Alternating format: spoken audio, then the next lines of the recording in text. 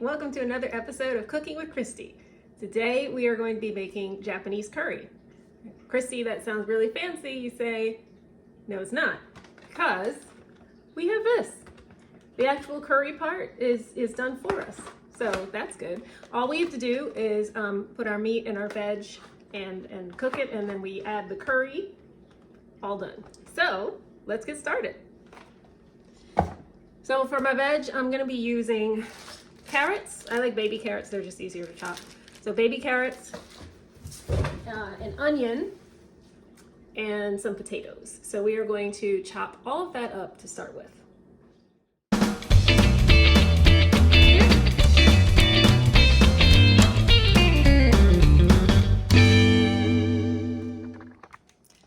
Okay, the chicken has been chopped up into little pieces, so now it's time to start stir frying it and the vegetables. So just following directions on the package, very simple. Stir fry meat and vegetables with oil in a large skillet on medium heat for approximately 5 minutes.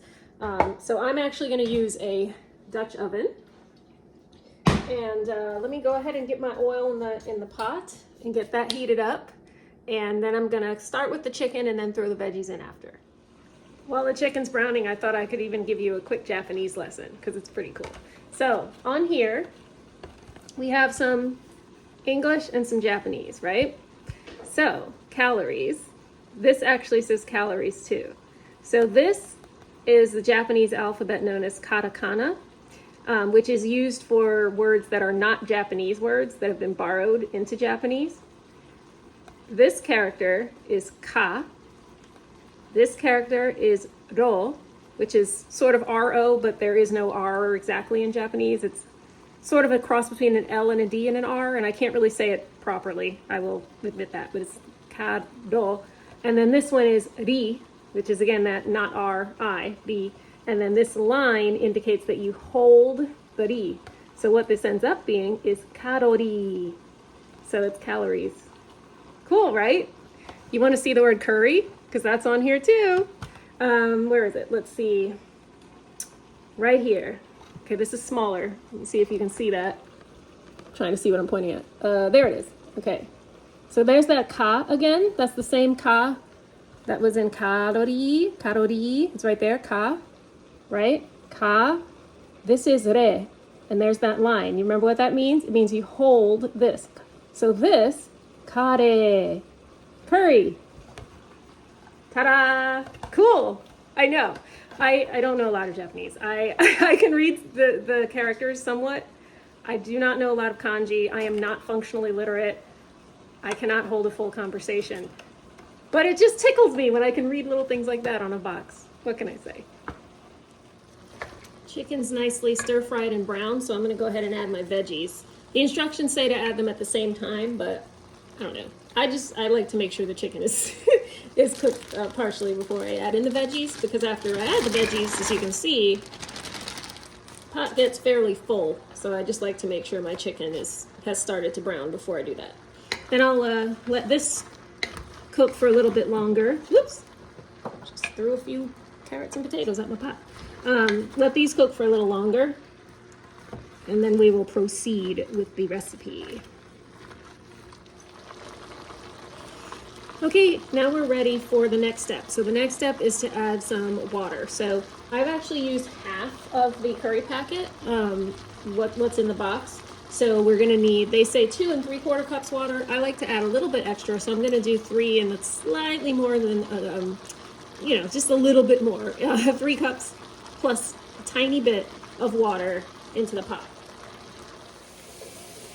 There we go. Now we're going to bring it to a boil, and after it's boiling, we reduce the heat and cover and simmer it for about 15 minutes or until the potatoes and things are tender. So let's wait for it to boil.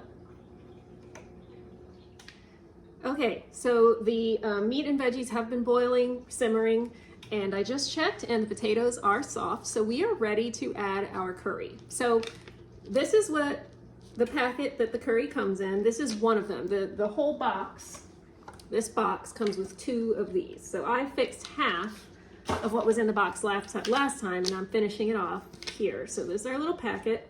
So it's really easy how it works. So you open up the packet, you just pull on a little tab to open it, and you get this kind of this.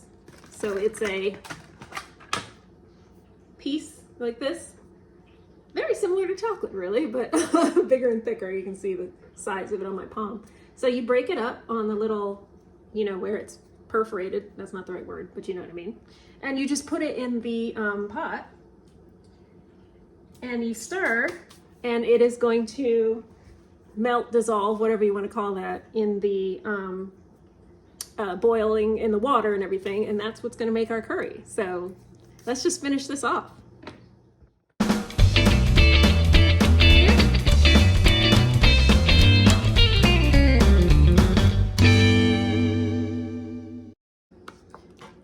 As you can see, we now have it, it's a lot browner, it's starting to thicken.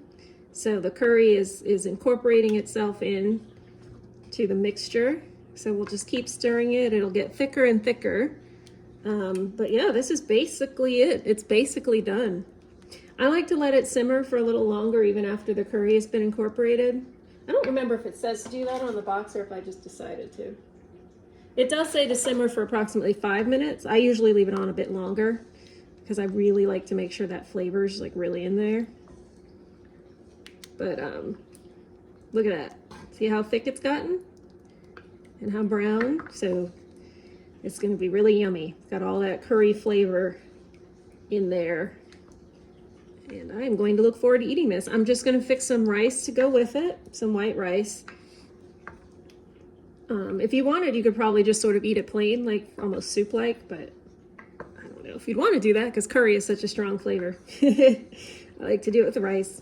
This is, I'm not going to eat this right away, actually. This is actually going to be for lunches later on. Well, you know, probably starting tomorrow. For dinner, I'm actually having just chicken and green beans. But, so this I'll actually, when it's done, I'm just going to package up and put away. So I won't actually have, unless I unless I have it for lunch tomorrow or something, maybe I'll take a picture or film or something when I have lunch tomorrow so you can see it with the rice and everything. But this is for, as tempting as it is to eat a serving tonight because it smells so good, this is for another day. So there you have it. That's how you make Japanese curry. Super easy. Hope you enjoyed this episode of Cooking with Christie. As a reminder, if you want to make this yourself, this is what you're looking for. I used the medium hot variety, which it's not that hot.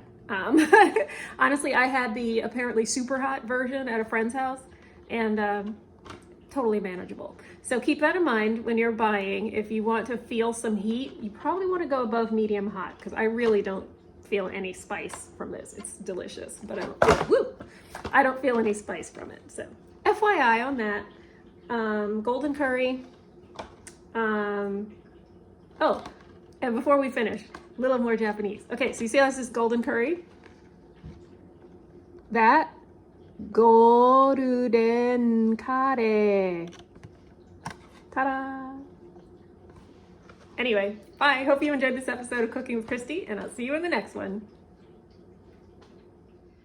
I forgot to take a nice picture before I mixed it all up with the rice, but here's my curry that I am about to eat for lunch.